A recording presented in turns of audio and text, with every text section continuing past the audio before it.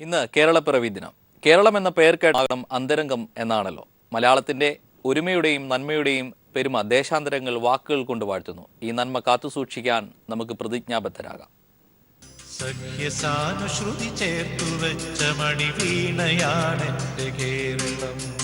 പുരാണ കഥാഖ്യാനങ്ങളുടെ കൊടിപിടിച്ച ഏതോ കോണിൽ നിന്ന് കിഴക്കോട്ട് പാഞ്ഞ ആ മഴുവിന്റെ ദൂരം കൊണ്ട് അളക്കാവുന്നതല്ല തലമുറകളിലൂടെ സ്വാംശീകരിക്കപ്പെട്ട ഒരു സംസ്കാരത്തിന്റെ അന്തർധാരകൾ. ഏഴുകടലും കടന്നുവന്ന് കരതൊട്ട നാവികനും സഹ്യന്റെ ചുരമിറങ്ങി വന്ന മറുനാടൻ സായുധപാണിയുമെല്ലാം ആ സംസ്കാരത്തിന്റെ അന്തസത്തയെ കൗതുകത്തോടെ മാത്രം വീക്ഷിച്ചു. സംസ്കാരം ഭാഷ കൊണ്ട് ഒരു ജനതയെ സമുന്നയിച്ചപ്പോൾ ഭാഷ നമുക്ക് വാത്സല്യം നിറയുന്ന മാതൃഭാവമായി. കിളിപ്പാട്ടിന്റെ മധുരമൊഴിയിലൂടെയും തുള്ളൽപ്പാട്ടിന്റെ താളലയങ്ങളിലൂടെയും കാലത്തിന്റെ ഋതുഭേദങ്ങൾ കടന്ന് ഭാഷ സമ്പന്നമായി.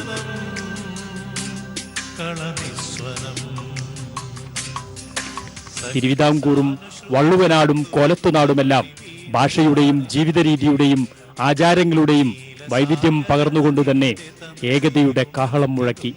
അങ്ങനെ ബഹുസ്വരതയുടെ ശരിയിൽ തീർത്ത ഏകസ്വരത്തിന്റെ ശില്പശാലയായി നമ്മുടെ കേരളം.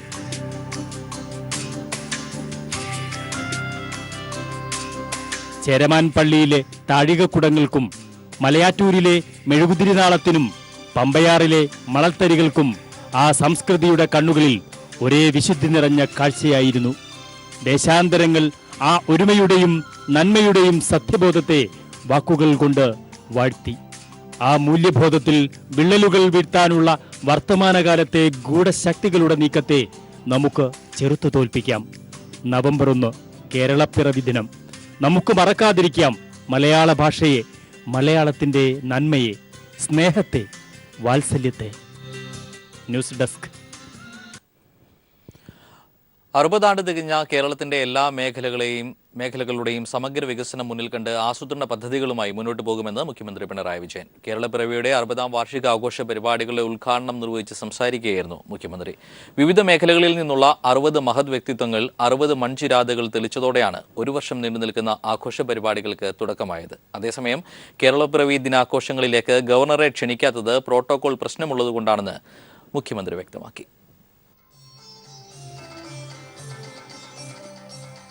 ഐക്യ കേരളത്തിന്റെ 60 ആണ്ട് വജ്രജൂബിലി ആഘോഷങ്ങൾക്ക് പ്രൗഢഗംഭീര തുടക്കം. ഉദ്ഘാടന സമ്മേളനത്തിന് മാറ്റേകാൻ സ്വാഗത സംഗീത നൃത്താവിഷ്കാരം.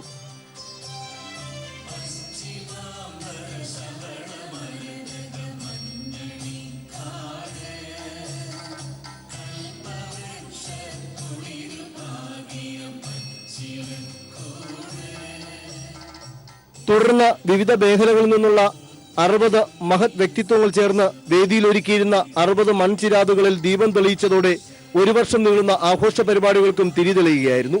കേരളത്തിലെ നവോത്ഥാന മൂല്യങ്ങൾ പുറകോട്ട് വലിക്കാൻ ശ്രമിക്കുന്ന അനുഭവത്തിലൂടെ കടന്നുപോകുന്നുവെന്ന് അധ്യക്ഷ പ്രസംഗത്തിൽ സ്പീക്കർ പി ശ്രീരാമകൃഷ്ണൻ പറഞ്ഞു. ഉദ്ഘാടന സമ്മേളനത്തിൽ ഗവർണറെ പങ്കെടുപ്പിക്കാത്തതിന്റെ വിശദീകരണം നൽകിയാണ് മുഖ്യമന്ത്രി പിണറായി വിജയൻ പ്രസംഗം ആരംഭിച്ചത്. ഗവർണറെ മറന്നുപോയിട്ടില്ല. പ്രോട്ടോകോൾ പ്രശ്നമുള്ളതിനാലാണ് ഗവർണറെ ഈ പരിപാടിയിൽ ക്ഷണിക്കാത്തത്. ഒരു വർഷം നീളുന്ന പരിപാടികളിൽ പ്രമുഖമായതിൽ ഗവർണറെ ഉൾപ്പെടുത്തുമെന്നും മുഖ്യമന്ത്രി അറിയിച്ചു. എല്ലാ മേഖലയിലെയും വികസന ലക്ഷ്യങ്ങൾ മുന്നിൽ കണ്ട് ആസൂത്രണ പദ്ധതികളുമായി മുന്നോട്ടു പോകുമെന്ന് മുഖ്യമന്ത്രി വ്യക്തമാക്കി. കൂടുതൽ തുല്യതയുള്ള, കൂടുതൽ വികസനമുള്ള, കൂടുതൽ സമാധാനമുള്ള, കൂടുതൽ കെട്ടുറപ്പുള്ള, കൂടുതൽ മതനിരപേക്ഷവും സ്വതന്ത്രവുമായ, കൂടുതൽ ജനാധിപത്യം പുലരുന്ന കേരളത്തിനായി നമുക്ക് സ്വയം പുനരർപ്പിക്കാം. ഓരോരുത്തരും അവരുടെ ചുമതലകൾ വിശ്വസ്തയോടെയും ആത്മാർത്ഥതയോടെയും നിർവഹിച്ചാൽ കേരളം കേരളമാകുമെന്ന് ചടങ്ങിൽ മുഖ്യ അതിഥിയായിരുന്ന ഫിലിപ്പോസ് മാർ ക്രിസോസ്റ്റോം തിരുമേനി അഭിപ്രായപ്പെട്ടു. പ്രതിപക്ഷ നേതാവ് രമേശ് ചെന്നിത്തല, മന്ത്രി ഇ ചന്ദ്രശേഖരൻ, കവയത്രി Sugathakumari, P K Kunhalikutty, P T Usha, O Rajagopal എന്നിവർ ചടങ്ങിൽ ആശംസ അർപ്പിച്ച് സംസാരിച്ചു. Sunil Arimanu, news bureau, Thiruvananthapuram. സംസ്ഥാനത്ത് മലയാള ഭാഷാ പഠനം നിർബന്ധമാക്കണമെന്ന് മുഖ്യമന്ത്രി പിണറായി വിജയൻ. PSCക്ക് മലയാളം മ്ലേച്ഛമാകുന്ന അവസ്ഥയാണെന്നും മുഖ്യമന്ത്രി പറഞ്ഞു. വർദ്ധിക്കുന്ന ദേശവിരുദ്ധ നിലപാടുകൾക്കെതിരെ ശക്തമായ നിലപാട് സ്വീകരിക്കണമെന്ന് പ്രതിപക്ഷ നേതാവ് രമേശ് ചെന്നിത്തല ആവശ്യപ്പെട്ടു. പാർശ്വവൽക്കരിക്കപ്പെട്ടവരെ മുന്നോട്ട് നയിക്കാനുള്ള നിയമങ്ങളുണ്ടോ എന്ന് ആത്മവിമർശനം നടത്തണമെന്ന് സ്പീക്കറും കേരളപ്പിറവി ദിനത്തിൽ ഓർമ്മിപ്പിച്ചു. കേരളപ്പിറവിയുടെ 60ാം വാർഷികത്തിൽ നിയമസഭ പ്രത്യേക സമ്മേളനം ചേർന്നു. കേരളത്തിന്റെ വിപ്ലവ ചരിത്രവും ഓർമ്മകളും നവയുഗവുമാണ് കേരളപ്പിറവിയുടെ 60ാം വാർഷികത്തിൽ കേരള നിയമസഭയിൽ നിറഞ്ഞുനിന്നത്. സംസ്ഥാനത്ത് മലയാള ഭാഷാ പഠനം നിർബന്ധമാക്കണമെന്ന് മുഖ്യമന്ത്രി പിണറായി വിജയൻ പറഞ്ഞു. PSCക്ക് മലയാളം മ്ലേച്ഛമാകുന്ന അവസ്ഥയാണെന്നും മുഖ്യമന്ത്രി കൂട്ടിച്ചേർത്തു. മലയാള ഭാഷ മലയാളികൾക്ക് നിർബന്ധമാക്കണം. മാതൃഭാഷ പഠിക്കാതെ ഡിഗ്രി എടുക്കാവുന്ന അവസ്ഥ ഇവിടെയല്ലാതെ മറ്റെവിടെയും ഉണ്ടാകില്ല. PSCക്ക് മലയാളം മ്ലേച്ഛമായി തോന്നുന്ന സ്ഥിതി വേറെ ഒരിടത്തുമില്ല. ഇതൊക്കെ മാറേണ്ടതായുണ്ട്. കേരള സംസ്ഥാനം യാഥാർത്ഥ്യമാക്കിയതിന് മലയാളികൾ പോറ്റി ശ്രീരാമലുവിന് നന്ദി പറയണമെന്നും മുഖ്യമന്ത്രി പറഞ്ഞു. ജാതീയത, വർഗീയത, അസഹിഷ്ണുത എന്നിവ സംസ്ഥാനത്ത് വർദ്ധിച്ചുവരുന്നതായി പ്രതിപക്ഷ നേതാവ് രമേശ് ചെന്നിത്തല പറഞ്ഞു. ബഹുസ്വരങ്ങൾക്കെതിരായ നീക്കങ്ങളെ ചെറുക്കണമെന്നും ചെന്നിത്തല ആവശ്യപ്പെട്ടു. തെറ്റായ ദേശവിരുദ്ധ പ്രവർത്തനങ്ങൾക്കെതിരായി ശക്തമായി നമുക്ക് നിലകൊള്ളണം.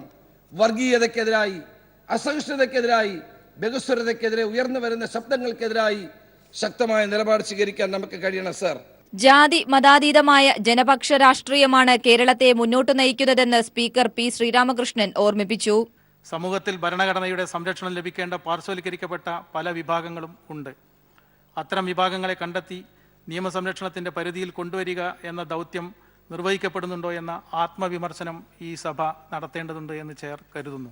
കേരളത്തിന്റെ കയറ്റിറക്കങ്ങളിൽ സാക്ഷിയും സഹായിയുമാകാൻ കഴിഞ്ഞതിന്റെ സന്തോഷം ഭരണപരിഷ്കാര കമ്മീഷൻ അധ്യക്ഷനും മുൻ മുഖ്യമന്ത്രിയും പ്രതിപക്ഷ നേതാവുമായിരുന്ന VS അച്യുതാനന്ദൻ പങ്കുവച്ചു. കക്ഷി നേതാക്കൾക്ക് പുറമെ മുൻ മുഖ്യമന്ത്രി ഉമ്മൻചാണ്ടിയും നിയമസഭയുടെ പ്രത്യേക സമ്മേളനത്തിൽ ആശംസകൾ നേർന്നു. നിയമസഭയിൽ നിന്നും S. ഷീജ. കേരളപ്പിറവിയുടെ 60ാം വാർഷികാഘോഷങ്ങൾക്ക് തിളക്കമേകി സാംസ്കാരിക പരിപാടികൾ. ഐക്യ കേരളത്തിന്റെ ചരിത്രവും വളർച്ചയും പ്രതിഫലിപ്പിക്കുന്ന സംഗീത നൃത്ത ദൃശ്യവിരുന്നാണ് വജ്രകേരളം ആഘോഷങ്ങളുടെ ഉദ്ഘാടന ചടങ്ങിന് മാറ്റുകൂട്ടിയത്.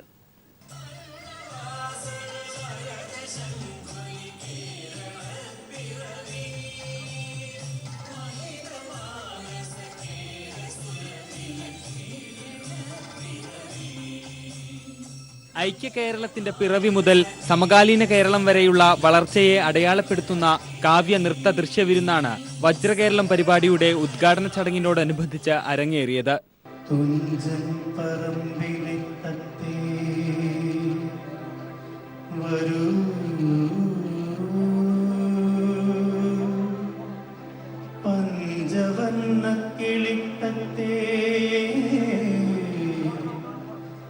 തുഞ്ചന്റെയും കുഞ്ചന്റെയും വിഖ്യാത കാവ്യങ്ങളിൽ തുടങ്ങി മലയാളത്തിന്റെ സാഹിത്യ, സാംസ്കാരിക, സാമൂഹിക രംഗങ്ങളെ തലോടുന്ന ഗാനങ്ങളും നൃത്താവിഷ്കാരങ്ങളും കേരളീയം എന്ന പേരിൽ വേദിയിലെത്തി.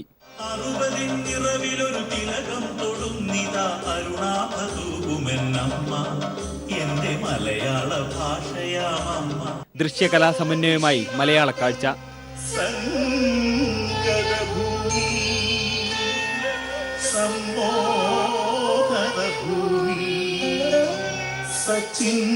സച്ചിന്മയഭൂമി കേരളം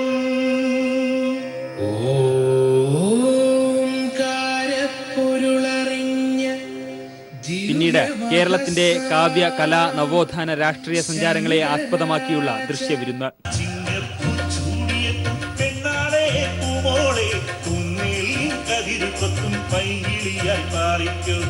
അങ്ങനെ ഐക്യ കേരളത്തിന്റെ ഷഷ്ടിപൂർത്തി ആഘോഷങ്ങളുടെ ഉദ്ഘാടന വേദി നാടിന്റെ ചരിത്രവും വർത്തമാനവും സ്പർശിച്ച കലാവിരുന്നിനാൽ പ്രൗഢോജ്വലമായി.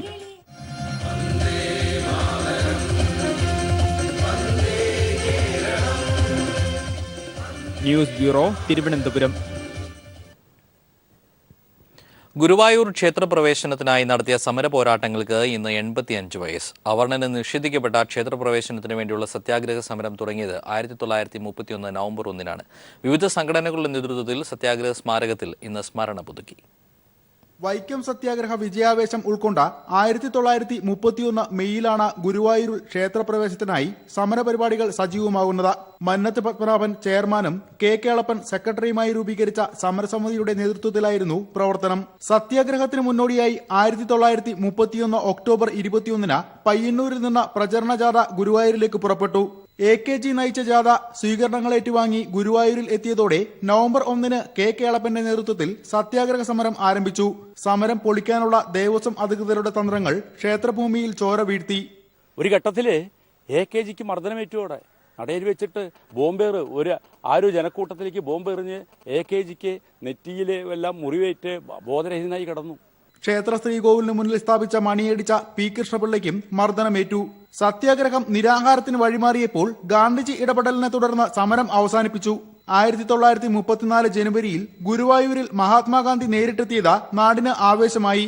1936 ക്ഷേത്രപ്രവേശന വിളംബരമുണ്ടായിട്ടും മദ്രാസ് സർക്കാർ ബില്ല് പാസാക്കിയതിനു ശേഷമാണ് 1947 ജൂൺ 12 ക്ഷേത്രം എല്ലാവർക്കുമായി തുറന്നുകൊടുത്തത്. News bureau, Thrissur. ഈ വർഷത്തെ എഴുത്തച്ഛൻ പുരസ്കാരം C. രാധാകൃഷ്ണന്. രാധാകൃഷ്ണന്റെ കൊച്ചിയിലെ വസതിയിലെത്തി മന്ത്രി A.K. ബാലനാണ് ഭാഷാപിതാവിന്റെ പേരിലുള്ള സംസ്ഥാന സർക്കാരിന്റെ പരമോന്നത പുരസ്കാരം പ്രഖ്യാപിച്ചത്. മലയാള ഭാഷയ്ക്കും സാഹിത്യത്തിനും നൽകിയ മികച്ച സംഭാവനകളാണ് 2016 എഴുത്തച്ഛൻ പുരസ്കാരത്തിന് C. രാധാകൃഷ്ണനെ അർഹനാക്കിയത്. പുരസ്കാര ജേതാവിനെ പ്രഖ്യാപിച്ച മന്ത്രി A.K. ബാലൻ അദ്ദേഹത്തെ അഭിനന്ദിച്ചു. സമഗ്ര സംഭാവന സാഹിത്യത്തിന്റെ എല്ലാ മേഖലകളിലും നൽകിയ അത്യപൂർവമായൊരു പ്രതിഭയാണ്. നേട്ടത്തിൽ സന്തോഷം പങ്കുവച്ച രാധാകൃഷ്ണൻ പുരസ്കാരം എഴുത്തച്ഛന് തിരുമുൾക്കാഴ്ചയായി സമർപ്പിക്കുമെന്നും പറഞ്ഞു. ഈ അവാർഡ് എനിക്ക് വീണ് കിട്ടിയ ഒരു വലിയ സമ്മാനം പോലെയായി എന്നുള്ളതാണ്. ഈ 60 വർഷം കഴിഞ്ഞിട്ടും കേരളക്കരയിൽ ജാതി എന്നൊരു ഭൂതം നമ്മളെ വിഴുങ്ങുന്നതിൽ നിന്ന് വലിയ പിന്നോക്കം പോക്കൊന്നും നടത്തിയിട്ടില്ല. സമുദായങ്ങൾ തമ്മിലുള്ള മൈത്രിയിൽ വിദ്യാഭ്യാസം വളരെ കൂടിയിട്ടും ഇടിവുണ്ടായിട്ടുണ്ട്. 1939 മലപ്പുറം ചമ്രവട്ടത്ത് ജനിച്ച രാധാകൃഷ്ണൻ കേന്ദ്ര സാഹിത്യ academy award, Kerala Sahitya academy award, Vayalar award, Moorthidevi award, Mahakavi G award തുടങ്ങി നിരവധി പുരസ്കാരങ്ങൾ കരസ്ഥമാക്കിയിട്ടുണ്ട്. കേരള സാഹിത്യ അക്കാദമി പ്രസിഡന്റ് വൈശാഖൻ ചെയർമാനായ ജഡ്ജിംഗ് കമ്മിറ്റിയാണ് 1.5 ലക്ഷം രൂപയും പ്രശസ്തിപത്രവും ശില്പവും അടങ്ങുന്ന എഴുത്തച്ഛൻ പുരസ്കാരത്തിന് രാധാകൃഷ്ണനെ തിരഞ്ഞെടുത്തത്. പുരസ്കാരം മുഖ്യമന്ത്രി പിണറായി വിജയൻ ജനുവരിയിൽ സമ്മാനിക്കും. News bureau, Kochi. സർക്കാർ സ്കൂളുകളിൽ പ്രഭാത ഭക്ഷണം വിതരണം ചെയ്യുന്ന കോഴിക്കോട് കോർപ്പറേഷന്റെ പദ്ധതിയായ സമൃദ്ധം 2016 തുടക്കമായി. കോർപ്പറേഷൻ പരിധിയിലെ 6000 സർക്കാർ സ്കൂൾ വിദ്യാർത്ഥികൾക്കായാണ് പദ്ധതി തയ്യാറാക്കിയിരിക്കുന്നത്.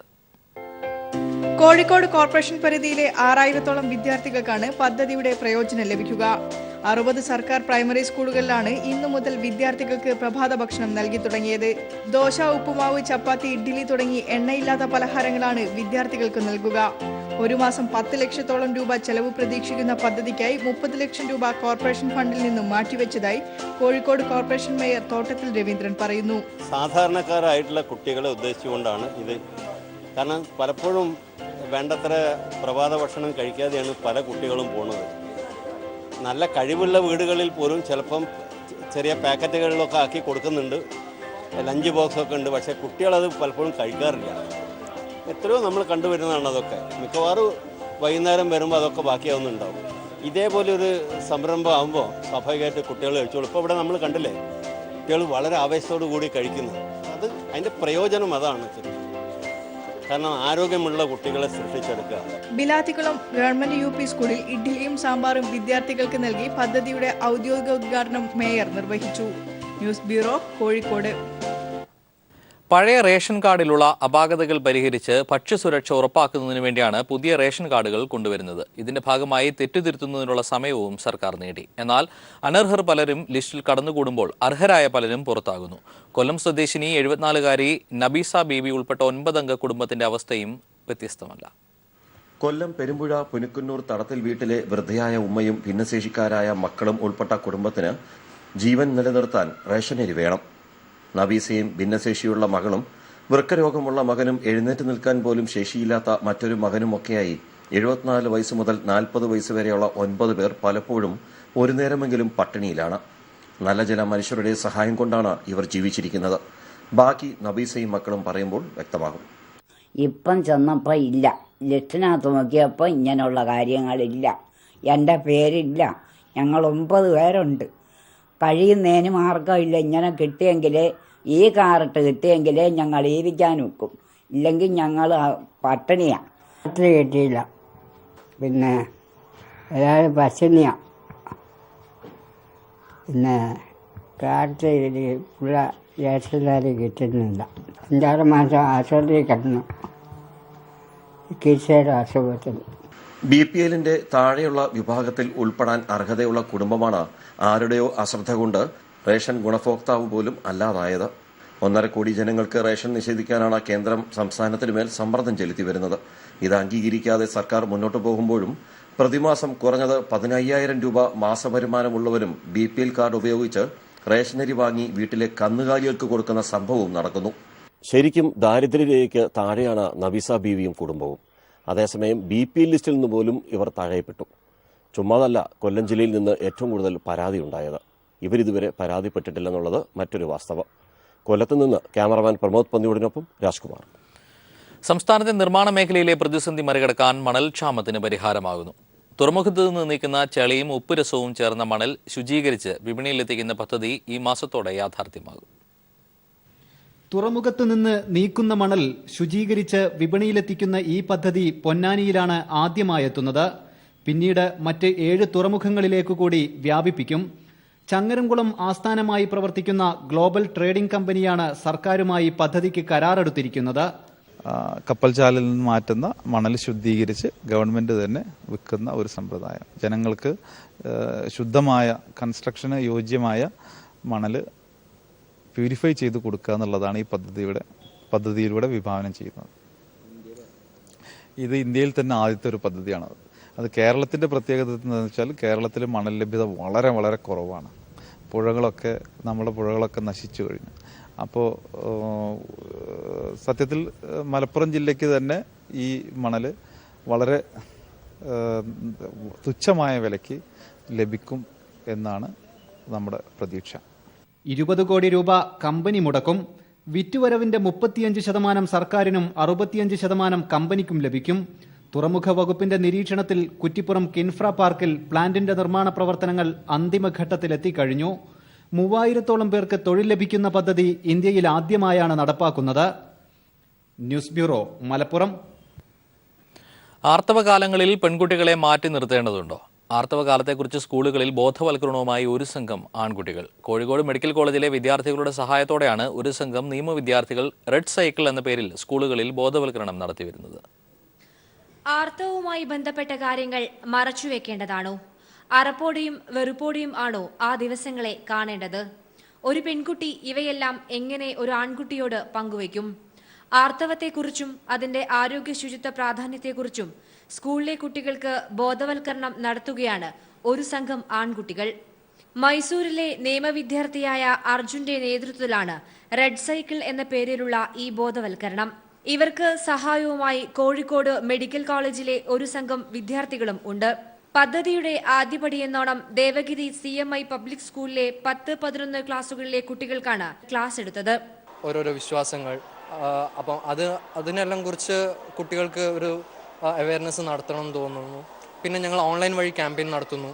അപ്പം ഓൺലൈൻ വഴി മാത്രം ഒതുങ്ങി നിൽക്കാതെ ഇപ്പം പുറത്തേക്ക് വന്നിട്ട് ഇപ്പം സ്കൂളുകളിൽ സെഷൻ എടുക്കുന്നു. അപ്പോൾ ദേവഗിരി മാത്രമാണ് ഞങ്ങൾക്ക് ഒരു അവസരം തന്നതെങ്കിലും അവിടെയെങ്കിലും ഞങ്ങൾക്ക് ഇതിനെക്കുറിച്ച് സംസാരിക്കാൻ കഴിയുന്നു.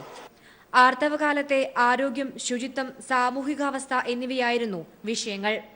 ആർത്തവം എന്നത് ശാരീരിക അവസ്ഥ മാത്രമാണ്. ഒളിച്ചുവെക്കേണ്ടതോ അമിത പ്രാധാന്യം നൽകേണ്ടതോ അല്ല. ആർത്തവത്തിന്റെ പേരിലുള്ള മാറ്റി നിർത്തലും ഭ്രഷ്ടും മാറണം. ഇതാണ് ഈ ബോധവൽക്കരണത്തിലൂടെ ഇവർ ഉദ്ദേശിക്കുന്നത്. ഓൺലൈൻ വഴിയും റെഡ് സൈക്കിൾ എന്ന പദ്ധതി സജീവമാണ്. News bureau, Kozhikode. കോട്ടയം ജില്ലയിൽ പക്ഷിപ്പനി ബാധിത താറാവുകളെ കൊന്നൊടുക്കുന്ന നടപടികൾക്ക് തുടക്കമായി. ആർപ്പൂക്കര, ഐമനം പഞ്ചായത്തുകളിലെ താറാവുകളിലാണ് രോഗബാധ കണ്ടെത്തിയത്. രോഗം റിപ്പോർട്ട് ചെയ്ത പ്രദേശങ്ങളിൽ മുട്ടയുടെ കൈമാറ്റവും വിപണനവും നിരോധിച്ചു. കോട്ടയം ജില്ലയുടെ പടിഞ്ഞാറൻ മേഖലയിലെ ഐമനം, ആർപ്പൂക്കര പഞ്ചായത്തുകളിൽ പക്ഷിപ്പനി സ്ഥിരീകരിച്ചതോടെയാണ് രോഗബാധയേറ്റ 6000-ഓളം താറാവുകളെ കൊന്നെടുക്കാൻ നടപടി തുടങ്ങിയത്. ഇതിനകം രോഗം ബാധിച്ച് 3125 താറാവുകൾ ചത്തിട്ടുണ്ട്. ആർപ്പൂക്കര പഞ്ചായത്തിലെ കേളക്കരി പാടശേഖരത്തിലാണ് രോഗബാധിതമായ താറാവുകളെ തീയിട്ട് നശിപ്പിക്കുന്നത്. രോഗം പിടിപെട്ട താറാവുകളെ കൊല്ലുന്നതിനായി 6 പേർ വീതമടങ്ങുന്ന 10 ടീമുകളെയാണ് സജ്ജമാക്കിയിട്ടുള്ളത്. ജില്ലാ കളക്ടർ CR ലത അഫക്റ്റഡ് ആയിട്ടുള്ള ഏരിയ കോർഡൺ ചെയ്യാനും പുറമേ നിന്ന് ഒരു ട്രാൻസ്പോർട്ട് ചെയ്ത് ഡക്സിനെ വെളിയിൽ നിന്ന് ഉള്ളിൽ കൊണ്ടുവരാനും ഇവിടുന്നുള്ളത് പുറത്ത് കൊണ്ടുപോകാതിരിക്കാനുമുള്ള നടപടിക്രമങ്ങൾ നമ്മൾ പഞ്ചായത്ത് അധികാരികൾക്കും ജില്ലാ മൃഗസംരക്ഷണ വകുപ്പിലെ അധികാരികൾക്കും കൊടുത്തിട്ടുണ്ട്. ഭോപ്പാലിലെ ലാബിലേക്ക് അയച്ച 12 സാമ്പിളുകളിലും കണ്ടെത്തിയത് H5N8 വൈറസാണ്. ഇവ പക്ഷികളിൽ നിന്ന് പക്ഷികളിലേക്ക് മാത്രം പടരുന്ന വൈറസാണ്, മനുഷ്യരിലേക്ക് പടരുന്നതല്ല. രോഗം റിപ്പോർട്ട് ചെയ്ത പ്രദേശങ്ങളിൽ മുട്ടയുടെ കൈമാറ്റവും വിപണനവും നിരോധിച്ചിട്ടുണ്ട്. രോഗബാധിത പ്രദേശങ്ങളിൽ 90 ദിവസത്തേക്ക് തുടർച്ചയായ പരിശോധനകളും രോഗപ്രതിരോധ പ്രവർത്തനങ്ങളും നടത്തി വൈറസ് ബാധയില്ലെന്ന് ഉറപ്പാക്കിയ ശേഷമേ താറാവുകളെ വളർത്താൻ അനുവദിക്കൂവെന്നും ജില്ലാ ഭരണകൂടം വ്യക്തമാക്കി. News bureau, Kottayam. തൃശൂർ പൂരം നടത്തിപ്പിലെ ആശങ്കകൾ ഒഴിഞ്ഞതായി സർക്കാരും ദേവസ്വം ഭാരവാഹികളും. ആന എഴുന്നള്ളിപ്പിൽ നാട്ടാന പരിപാലന നിയമം ദുർവ്യാഖ്യാനം ചെയ്തതാണ് പ്രശ്നങ്ങൾക്ക് കാരണമായതെന്ന് വനമന്ത്രി കെ രാജു പറഞ്ഞു. വെടിക്കെട്ടിന്റെ കാര്യത്തിൽ കേന്ദ്രത്തിൽ സർക്കാർ സമ്മർദ്ദം ചെലുത്തുമെന്ന് ഉറപ്പു നൽകിയതായി പാറമേക്കാവ് തിരുവമ്പാടി ദേവസ്വം ഭാരവാഹികൾ വ്യക്തമാക്കി. തൃശൂർ പൂരം നടത്തിപ്പ് സംബന്ധിച്ചുള്ള ആശങ്കകൾക്ക് വിരാമമിട്ടുകൊണ്ടാണ് മന്ത്രിതല ആലോചനാ യോഗം സമാപിച്ചത്. നിയമപരമായി തൃശൂർ പൂരം നടത്തുന്നതിൽ യാതൊരുവിധ ആശങ്കയും സർക്കാരിനില്ല. ആന എഴുന്നള്ളിപ്പിൽ 2012 നാട്ടാന പരിപാലന നിയമം ദുർവ്യാഖ്യാനം ചെയ്തതാണ് പ്രശ്നങ്ങൾക്ക് കാരണമായതെന്ന് മന്ത്രിമാരായ K Raju, VS Sunilkumar, AC Moideen എന്നിവർ വ്യക്തമാക്കി. അവിടെ ആചാരപരമായി വർഷങ്ങളായി, നൂറ്റാണ്ടുകളായി നടന്നു വന്നിരുന്ന പൂരം, അതിനോടനുബന്ധിച്ചുള്ള ആചാര ക്രമങ്ങളും അതുപോലെ തന്നെ നടത്തുന്നതിന് വനം വകുപ്പിന് യാതൊരു വിധമായ ആക്ഷേപവും ഇല്ല എന്നുള്ള വിവരം ഞാൻ അവിടെ സൂചിപ്പിച്ചിട്ടുണ്ട്. നാട്ടാന പരിപാലന നിയമവുമായി ബന്ധപ്പെട്ട് ആന എഴുന്നള്ളിപ്പുമായി ബന്ധപ്പെട്ട ചില പ്രശ്നങ്ങൾ, നിയമത്തിന് വിരുദ്ധമായിട്ടുള്ള ചില സർക്കുലർ ഉണ്ടാക്കിയതാണ് ചില സംശയത്തിനിടയാക്കിയത്. ആ കാര്യത്തിൽ വ്യക്തത വരുത്തിയിട്ടുണ്ട്. വെടിക്കെട്ടുമായി ബന്ധപ്പെട്ട് കൊച്ചിയിലെ ഡെപ്യൂട്ടി ചീഫ് കൺട്രോളർ ഇറക്കിയ സർക്കുലർ ആശങ്ക സൃഷ്ടിക്കുന്നതാണെന്ന് പാറമേക്കാവ് തിരുവമ്പാടി ദേവസ്വങ്ങൾ മന്ത്രിതല ചർച്ചയിൽ അറിയിച്ചു. ഈ വിഷയത്തിൽ കേന്ദ്ര സർക്കാരിൽ സമ്മർദ്ദം ചെലുത്താമെന്ന് സർക്കാർ ഉറപ്പു നൽകിയതായി ദേവസ്വം ഭാരവാഹികൾ പറഞ്ഞു. എഴുന്നള്ളിപ്പുകളെക്കുറിച്ച്, ആന എഴുന്നള്ളിപ്പുകളെക്കുറിച്ചുള്ള ആശങ്കകൾ പരിപൂർണമായി തന്നെ തീർത്തു തന്നിട്ടുണ്ട്. പിന്നെ വെടിക്കെട്ടിൻ്റെ കാര്യത്തിൽ വളരെ അപ്രായോഗികമായ നിർദ്ദേശങ്ങൾ കൂടിയുണ്ട്.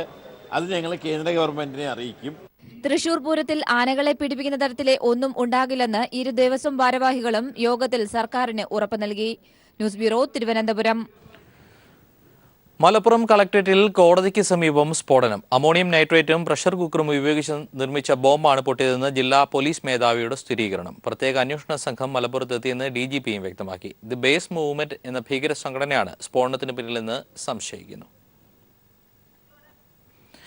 ഇതോടെ നാട്ടുവാർത്തകൾ പൂർണ്ണമാകുന്നു. നമസ്കാരം. ഉച്ചയ്ക്ക് 1:10 മലപ്പുറം കലക്ടറേറ്റിൽ കോടതി പരിസരത്ത് സ്ഫോടനമുണ്ടായത്. ആളപായമില്ല.